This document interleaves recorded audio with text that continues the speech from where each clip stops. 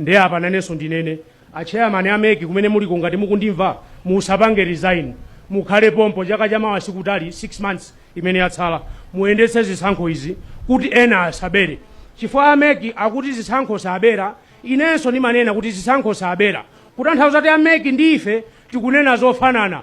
Congratulations ameki zikomo kwambiri kuti chisankho cha chaka chamawa chidzayenda bwino ndipo palibe zotula mpasi mipando yayi osaopseza chairman ameki akhale pamenepo agwire ntchito malingana ndi mmene amadziwira kuti ntchito imene akuyenda bwanji osati iwowo muzituma anthu ena kumbaliku ndi azikasokosa iyayi amenewo asiye ntchito kuti musankhepo wina wache muzimuza zochita iyayi palibe akhale omwewo okhwimawo amenewo olimba oti simuasuntha akhalepo amenewo michunya ikhale pamenepo chaka chamawa zisankho zizayende bwino nanji na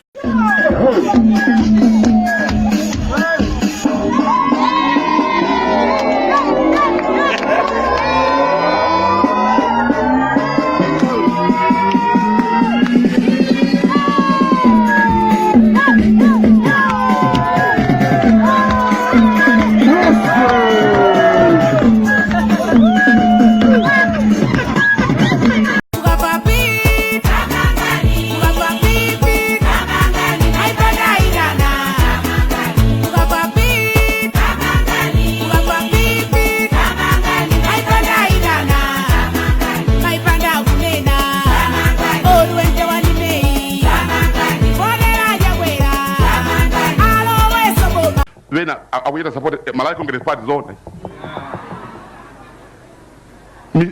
usavi chani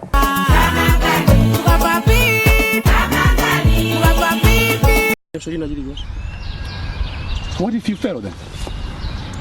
What if you fail what? Masanko. Yeah, so yeah. Singateke guy, more than good.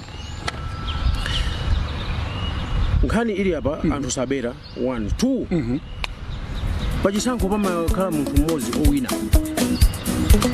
kandi pa wodi ya makhansala kandi pa procedure chimaiko